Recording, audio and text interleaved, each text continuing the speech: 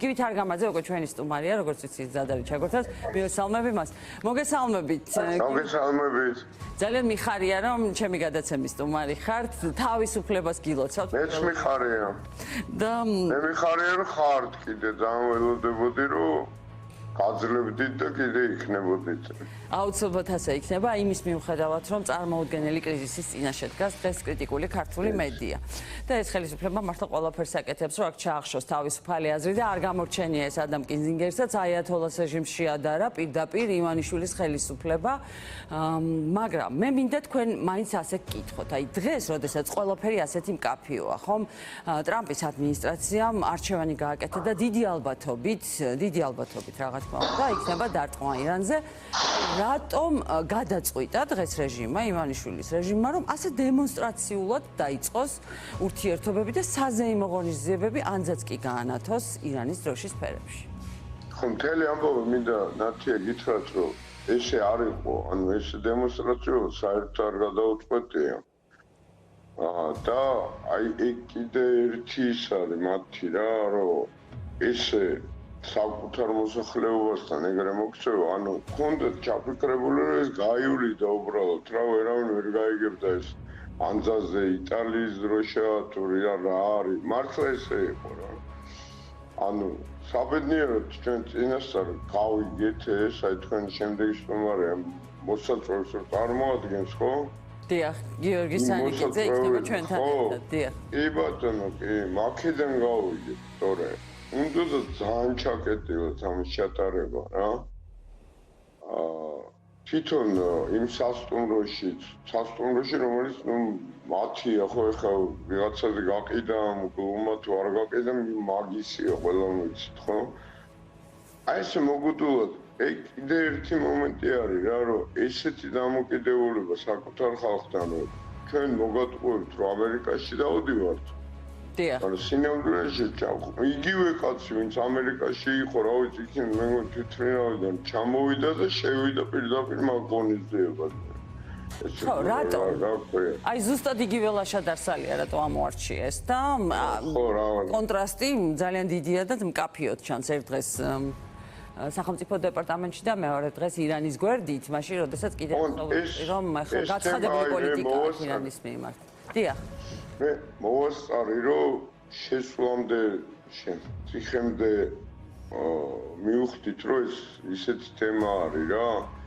ანუ როგორც კი გაიხსნეს კულტურული ცენტრი, ნუ ეს არის ძალიან ჩვეული ფორმა ინვაზიის, როგორც რუსული, ასევე ნუ იგივე ამათი რეჟიმის, ხო? ხო და უნივერსიტეტი ეხლა ამ წუთას ყველაზე უფრო რაც არის რა, ესეთი კონტრასტული რო დავინახოთ. ილიაუნის უნივერსიტეტი ხურავენ და მუშაობს ალ-მუსტაფას უნივერსიტეტი ირანის. ოღონდ ირანის კი არა, აი ამ აიათოლებს აქვს, რომელსაც აკრედიტაცია არ აქვს. მაგრამ მუშაობს, უბრალოდ კი არ მუშაობს. მათ სტუმრობენ როგორც სახელმწიფო პირები, საპატრიარქოს წარმომადგენლები, სხვა შორის ისევე როგორც გუშინაც იყვნენ იქ წარმომადგენლები ან ჯამყაიძის და რა ქვია შიომუჯირი? შიოს, ხო. იმიტომ რომ ეს ხო ერთი და იგივეა, ხა შიორო რუსია ხო ყველა ვიცით, ხო? რატო იდგა ეხა იქ უკან ეს ლორდ ქიფანიძე ეს ხო? იმიტომ ეს შეკრულია ხო რუსები და ესენი, ანუ მხარე მაგრამ ანზორ შუბინიძეს ალბათ მაინც განსაკუთრებული დატვირთვა აქვს და ის იმყოფება ამ შეხვედრაზე რას ნიშნავს ეს? ეს ნიშნავს რომ პირადად არის მან წარმოდგენილი რა, ანუ თვითონ მივიდა ჩათვალეთ. ბიძინა ივანიშვილი ანუ? ხო, არ დაუძახე მაგ სახეს. მაგრამ ეგ იყო რა, ანუ აი ძალიან უცბად რომ მიხვდეს ხალხი რაზე ვლაპარაკობ. გავრილოვის ღამეზე, ხო? ყველანი ხედავდით, ვინც ვერ ყვევით ახლა მაგ სიტუაციაში.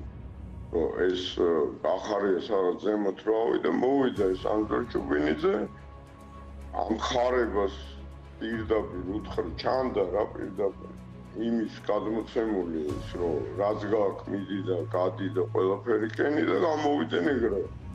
ანუ ანძურჩუბინი წარმოგიდგენიათ რამენერად რომ რამე ირად იმაში იყოს, თქვათ ირანის საერთოდ რამე თემაში, ხო?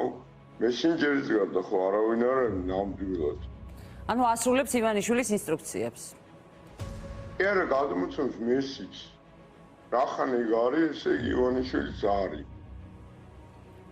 და რაიმე კონკრეტული გზავნილით შეიძლება მისულიყო ამ შემთხვევაში, ამ ღონისძიებაზე? მე მგონია, არა მე მგონია რომ უბრალოდ იმან დაუდასტურა რომ მე ვარ. მეც ვარ რა მან. რა ინტერესები აქვთ ამ ეტაპზე, რა იკვეთება? კიდევ ერთხელ მინდა ვთქვა, რომ აი მინდა რომ ცოტა მეტად თქვა, იმიტომ რომ ეს კიდევ ამბობ, ეს დაიწყო დიდი ხანია უკვე რა, ანუ ჩემ შესვლამდე, მანამდე 20-დან, აი ეს უნივერსიტეტი რაც გაიხსნა. დიახ. მე ამ უნივერსიტეტის ბაზაზე გაიხსნა ეს კულტურული ცენტრი. ჩათვალეთ რომ იმის მერე საელჩო ფიქსია, იმიტომ რომ იქ პირდაპირ ჩამოდიან აი ეს ისლამური რევოლუციის მსხველები, ესენი ვერც კი წარმოიდგენთ რა ხალხი მოძრაობს აქ საერთოდ.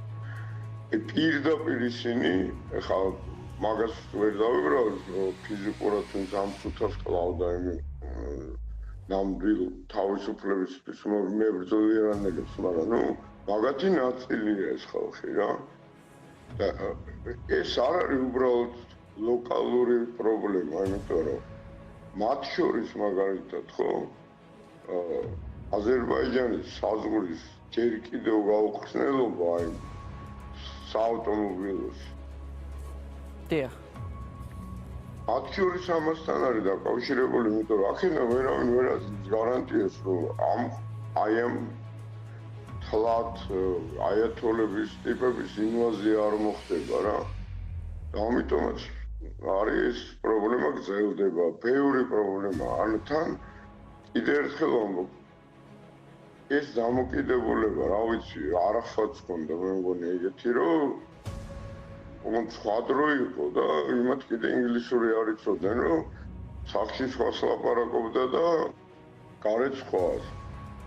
მე მოვატყუებ ჩემ ხალხს და ამას არ ვანახებ, მაგრამ ამას ვაკეთებ. და ამას ეგრე იყო დაგეგმილი რა, ეხლა არა, ძალიან დემონსტრაციული იყო, შეუძლებელია ანძას ანახებ, ხო ყველაზე უფრო ხილულ და ხილვად ობიექტს ასე ვთქვათ. პირდაპირ გეტყვი, როგორ მოხდა, ხო დაახლოებით დინამიკას მე თუ გადაავლებ და მეც კი ვერ მივხვდი, ანუ მე ვცდილობდი რომ იმ სასტუმროში ამ ღონისძიების რაღაცები გამერკვია ან ვინმეს გადაეყო ან რაღაც. მაგრამ ამ ცდილობის მე უკვე კაი ღამე იყო რა. და მეგობარმა დამერეკა რომ მაგას რო წვალებ უკან გაიხედე შენ გავხო ჩანსო და მართლა მასე მოხდა ეს ამბავი რომ უბრალოდ დავიხედეთ და ეს ამძა. და მე ეს ამძა რო არ დაედოთ სურათი. რა არ ჩაივდი და ეს დღე ისე რომ ვერავინ ვერ გაიგებდა. რჩინით არავინ არ შეიყვანეს, არ შეიყვანეს კი არა ვინც იყო. ჩვენ გვქონდა უკვე ინფორმაცია და შიგნიდანაც გამოვიდა ამბავი. ბატონ გიორგი სანიკიძეც ინფორმირებული იყო ამის შესახებ. ანუ ეს ვერ დაიმალებოდა და აი ამიტომ ვკითხულობ იმ ფონზე.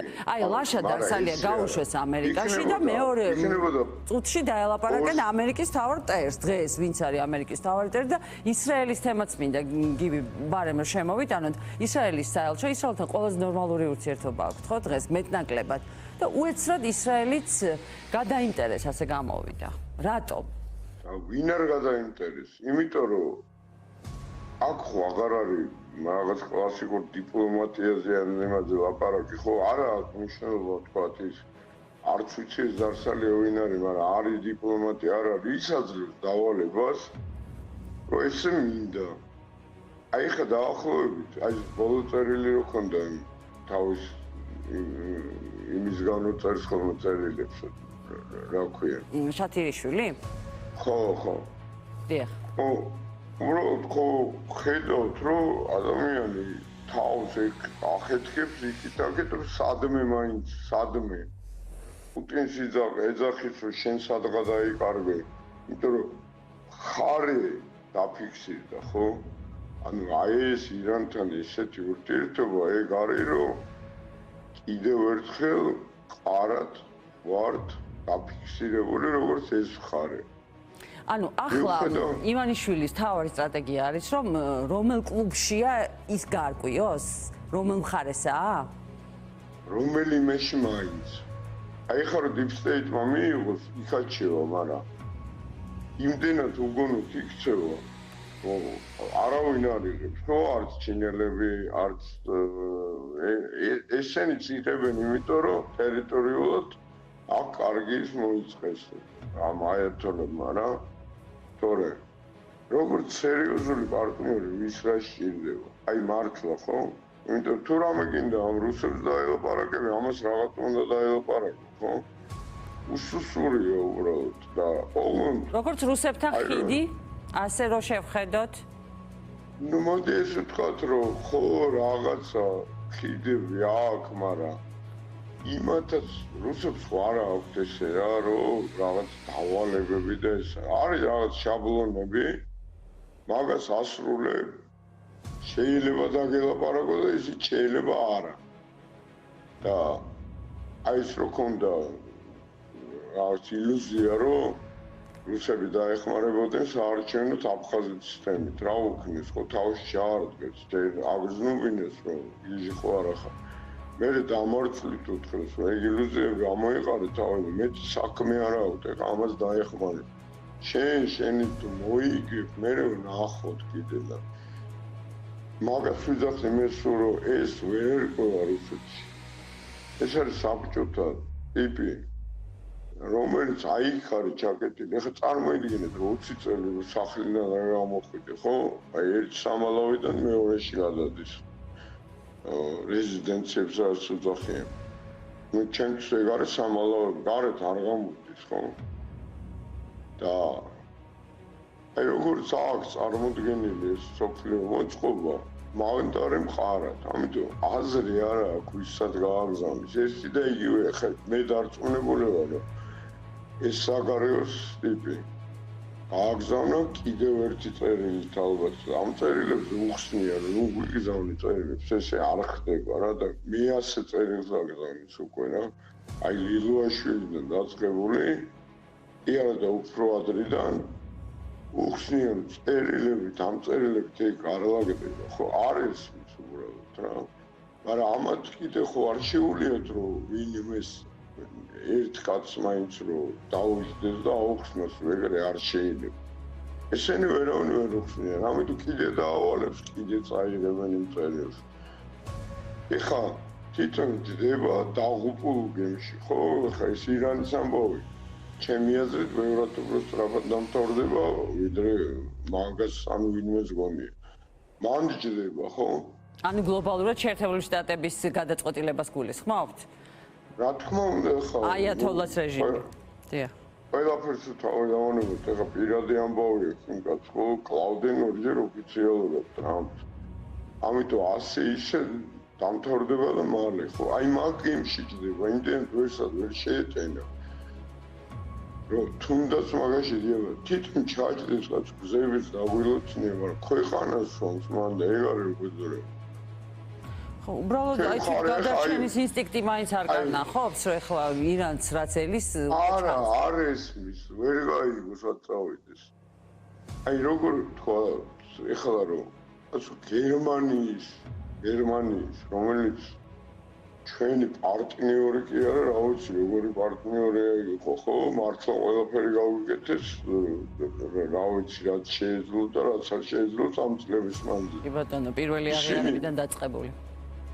ისინი მტრები არიან და ესენი მეგობრები, ნუ ეგ ხო უკვე კატასტროფაა უბრალოდ. რა მართლა გერმანია მინდა გამოვყო, იმიტომ რომ ესეთი უსინდისობა ხა როგორც მაგათ ექცევიან, ხო? და თან მან ხო ელემენტარული ხა 10 მინუტს იმ კაცს ხო იმეც რომ ბოლო-ბოლო რომ ჩვენ თავრობა არ მაინტერესებს, ქვეყანა მაინტერესებს, მაგრამ თუ ეხა ისეთ უყოველთ ეგეთი მთავრობა იქნება, მაშინ ბოლო-ბოლო აღარც ქვეყანა აღარ დააინტერესებთ, ხო?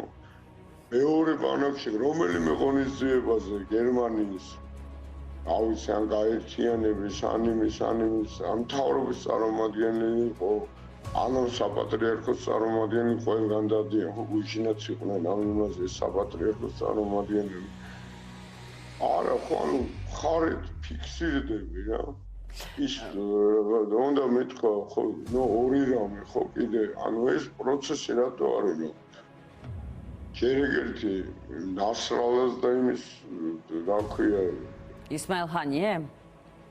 ხო, ჰამასის ლიდერი. სურათები დარბოდა ხალხი წარმოუდგენელი, ხო? და ეხლა ამ კვირის ამ დღესასწაულობის პერიოდში წითელ მეჩეთში მარნეულში წაიკითხეს ის რა ქვია ამ ხომეინეს, აი ამ ყველაფრის მერე მადიდებელი ის რა ქვია რაღაც ხო და კაცო, მარნეულში ამ დღეებში მარნეულში წაიკითხეს აიათოლა ალი ხამენეის წერილი? არა წერილი ხო, ის რა ქვია მაგას. ეპისტოლე თუ მიმართვა, არ ვიცი. ეპისტოლე, კი, ხო. ეხლა ხდება. ანუ ვიდრე თბილისში დაიწყებოდა ამბავი, ჯერ მარნეულში დაიწყეს და იქ აღნიშნავდნენ ამ ისლამური რევოლუციის წლისთავს და რეჟიმთან სიახლოვის დემონსტრირებას აკეთებდნენ? საერთოდ პატიოსნებს დადო ოღონდ ბოლო-ბოლო თავიდან არ უნდოდა რომ ეს ერთი კვირაა ვიწერდება ეს ყველაფერი ზეიმობა ამას შორის ბევრი ღონისძიებაა რა ერთ-ერთი არის ოღონდ ამ ჩამონათვალშიც აი კიდე უფრო სავალალოა რომ თვითონ დაწერეს რომ მინსკიდან დაწყებული და ჩვენი დამთავრებული ან მინსკიდან დაწყებულშიც კი ბოლოები ვართ მაგათვისაც კი ხო და ანუ იმ შავ კლასტერშიც თუ ნაცრისფერ კლასტერშიც იქაც ვართ ხო რა ნუ ხარ უბრალოდ ახლოს ვარ და ეგ არის რა თორემ მეტი მანდაც არაფერი ამ ადამიანის ნატურა ეგ არის რა რატო ვიძახი სულ ახლა შეიძლება შევაწყვეტ ხალხი რომ აი მარავს რო ხდებოდა უცხოზე რომ დახოხავდა და რომ შეციცინებდა. ეგრე დახოხავს ყველას სამწუხაროდ არ გაუვიდა მარტო საქართველოში. თორე რუსეთშიც ეგრე დახოხავდა, არაფერი დაუვიდა ეს არა კიდე არავინ არ ყოფილა ნული. ყოველთვის ნოლიდები. ყველგან ცდილობს ახლა პირველი უნდა და იმ deep state-ში რომ ყველს სწორად მიიღოთ, ხო? და არ გამოვიდა. არ მიიღეს. მერე გადავიდა ჩინელეთსა და ამ ჩინელებს მეც საქმე არ აქვს კიდე საერთოდ ვინ არის მაგათვით ხო? მერე ხა ის ირანი რუსებს აი ხა პანიკაშია ხო? სადახარო პუტინს მიწერა რომ აბარებ ამ შენიანებს მეც ხო არ ჩამაბარებ. ხო და სწორად არის პანიკაში. სწორად და ეგრეც დაამთავრებს, მაგრამ ქვეყანას იყოლებს ამაზე ელაპარაკი რა. გივი, ერთი რამ მინდა მკითხოთ ასევე. მამუკა მდინარაძის ვიზიტი და ლაშა დარსალიას ვიზიტი პარალელურად შედგა. დამალეს ეს ამბავი, მერე გაამხილეს და ალბათ იძულებულები გახდნენ რომ ეთქვათ საქართველოს მოსახლეობას. რატომ? მაგას და რას ემსახურებოდა ეს ვიზიტი, როგორ ფიქრობ? ყველაფერი ეგრეა რომ ამ ირანის ამბავსაც ბოლომდე ცდილობდნენ რომ დაემალათ და ნუ მოუწიათ მერე თქმა ხო? ამ ირანი? ეხლა ირანი, უკაცრავად. ანუ მოდი ესე გეტყვით რომ პირველი რეაქცია მერე ის რომ ეს რა დროშა კიდია ცადეს რა ბულგარეთი მერე რა ვიცი ვერ ამოატრიალებს ვერც ერთ დროშა ისე რომ სხვა გამოსულიყო რა და ამასობაში დადო იმ ირანის საელჩომ და მე მოუწიეთ და მე უკვე თქვეს ასევე ყველაფერს ეგრე ცდილობდნენ ჯერ დამალონ და მე თუ მოუწიეთ იძახენ ჩემი აზრით მან ხო პარალელური რო იყო ეგ იმაზე მეტყველებს ჩემი აზრით ეხლა მაგას ზუსტად დადასტურებულად ვერ ვიტყვი მაგრამ ამ საგარეოს ტიპს ჩემი აზრით კიდე ერთი წერილი გაატანა მაგრამ აზრი და ეს კიდე რა ქვია ეს სუსისის რა ქვია მამუკა მდინარაძე? ხო ეს სუსური არსება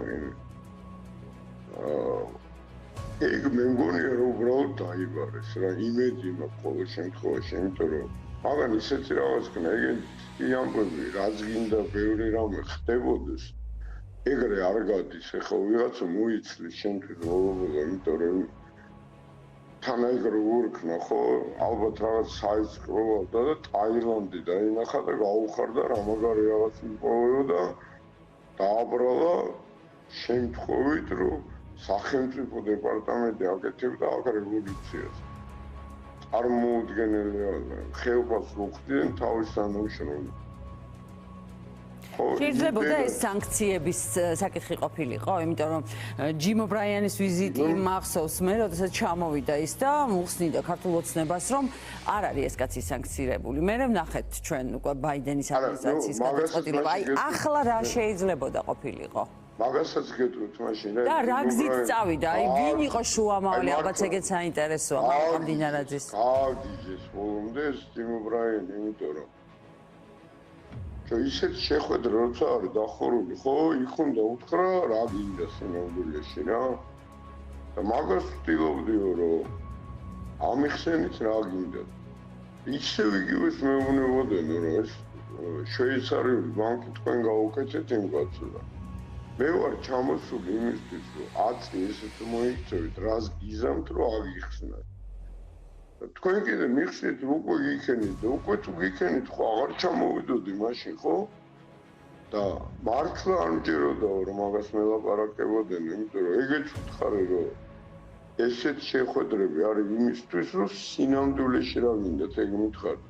მაინც იგივეს მეუბნებოდნენ, თან deep state, ანუ მე მიხსნდნენ, რომ მე ვარ deep state-იო და ნუ წარმოუდგენელი, მაგრამ თვალების არ მჯეროდაო, ყურები. ესე გძელდება ის ეხა საწყალი მძდომიარე საწყალიანეს მაგრამ ლილოაშვილი ხო ის რო გააგზავნა მაშინ CIA-ს მე სერიოზულ კაცამდე მივიდა და ისიც ვიცი რა რომ ბიჭო უხსნიო რომ ნუ მიკითხა უნტერვიუს იმიტომ ეგრე არ ხდება არ მაინტერესებს ნუ მიკითხა მაგრამ ახან დავალება ქონდა სანამ არ წაუკითხა ბოლომდე და მე ეგრევე დავამშვიდობ თუ რა იმიტომ რომ აზრი არ აქვს რა ხოდა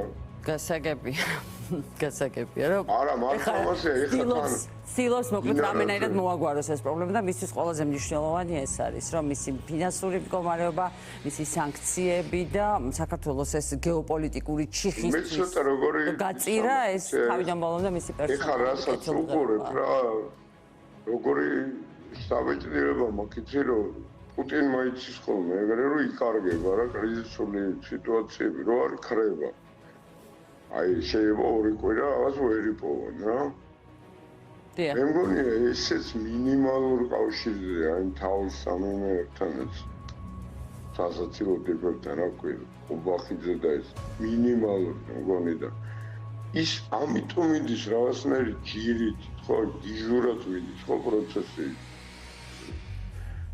იმან ახან თქვა რომ თან არეული ეს რუსული და ამათი აჯენდა რა ანუ კი განათლების მოსყობა რუსების დავალება მაგრამ ტექნიკური შესრულების დროს მე რახან ეს აღარაძლევს დავალებას აი ქვემოთ უკვე საერთოდ არავინ არაფერი არ იცის ხო მე მედის რომ მოდი ბარემ ამას თუშებით ბარემის ბარემის ყველა სექციაზე გადავიდე ხო და აილეწებიან მართლა ნიშნის მოგებით არც ერთხელ არ მithkoms რადგან ზის ეს თემეზობელი ხო აი ვერ მეტყვის რომ რომელიმე ეტაპზე არ გამიფრთხილები აილეცა ხო აი ესე აილეწებიან